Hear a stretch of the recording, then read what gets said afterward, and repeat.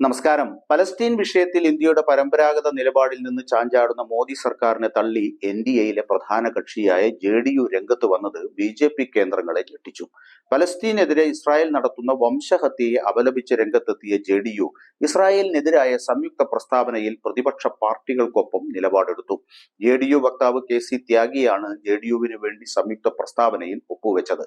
ഗസയിൽ ഇസ്രായേൽ നടത്തുന്നത് നിഷ്ഠൂരമായ വംശഹത്യയാണെന്നും മനുഷ്യത്വത്തിനും അന്തർദേശീയ നിയമങ്ങൾക്കും വിരുദ്ധമായ കുറ്റകൃത്യമാണെന്നും പ്രസ്താവന ചൂണ്ടിക്കാട്ടുന്നു. നീതിയുടെയും സമാധാനത്തിന്റെയും വക്താവായ ഇന്ത്യ വംശഹത്യയുടെ ഭാഗമാകരുത്. ഇസ്രായേലിലേക്കുള്ള ആയുധ കയറ്റുമതി ഉടൻ നിർത്തണം. പലസ്തീനിലെ ജനങ്ങളോട് ഐക്യദാർഢ്യത്തോടെ നിലകൊള്ളുകയും UN രക്ഷാസമിതി പ്രമേയങ്ങൾ നടപ്പാക്കി ഇരകൾക്ക് സമാധാനവും നീതിയും ഉറപ്പാക്കാൻ വേഗത്തിൽ പ്രവർത്തിക്കാനും കേന്ദ്ര സർക്കാരിനോടും അന്താരാഷ്ട്ര സമൂഹത്തോടും ആവശ്യപ്പെടുന്നെന്ന് പ്രസ്താവന വ്യക്തമാക്കി. കോൺഗ്രസ്, SP, AAP പാർട്ടികളും JDUവിനൊപ്പം പങ്കെടുത്തു. ലീഗ് ഓഫ് പാർലമെന്റേറിയൻസ് ഫോർ അൽ ഖുദ്സ് ആണ് പരിപാടി സംഘടിപ്പിച്ചത്. സെക്രട്ടറി ജനറൽ മുഹമ്മദ് മക്രം ബലാവിയുമായും നേതാക്കൾ കൂടിക്കാഴ്ച നടത്തി.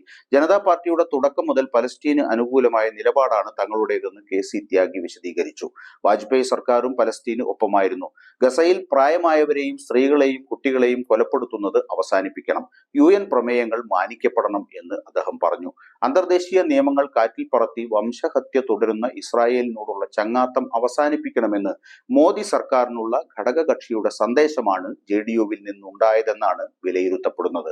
ത്യാഗിക്ക് പുറമെ SP Lok Sabha MP മുഹിബുള്ള Nadvi, Javed Ali Khan MP, ആം ആദ്മിയിൽ നിന്നും സഞ്ജയ് സിംഗ് MP, പങ്കജ് പുഷ്കർ MLA, കോൺഗ്രസിൽ നിന്നും മീം അഫ്സൽ, മുൻ ലോക്സഭാ MP കുൻവർ ഡാനിഷ് അലി എന്നിവരാണ് സംയുക്ത പ്രസ്താവനയിൽ ഒപ്പുവെച്ച മറ്റു നേതാക്കൾ.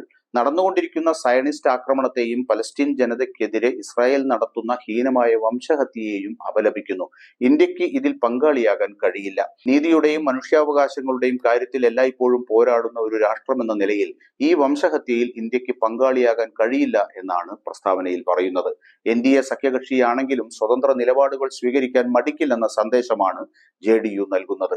വഖഫ് നിയമ ഭേദഗതി വിഷയത്തിലും JDU നേരത്തെ അഭിപ്രായ വ്യത്യാസം പ്രകടിപ്പിച്ചിരുന്നു. നരേന്ദ്രമോദി സർക്കാരിന്റെ വഖഫ് ബില്ലിനെതിരെ ശക്തമായ പ്രതിഷേധവുമായിട്ടായിരുന്നു ബീഹാർ മുഖ്യമന്ത്രി നിതീഷ് കുമാറിന്റെ JDU രംഗത്തെത്തിയിരുന്നത്. ഇതൊക്കെ കാണിക്കുന്നത് ഭരണസഖ്യത്തിലെ അന്തഃഛിദ്രങ്ങളുടെ ആഴമാണെന്ന് പറയാതെ വയ്യ.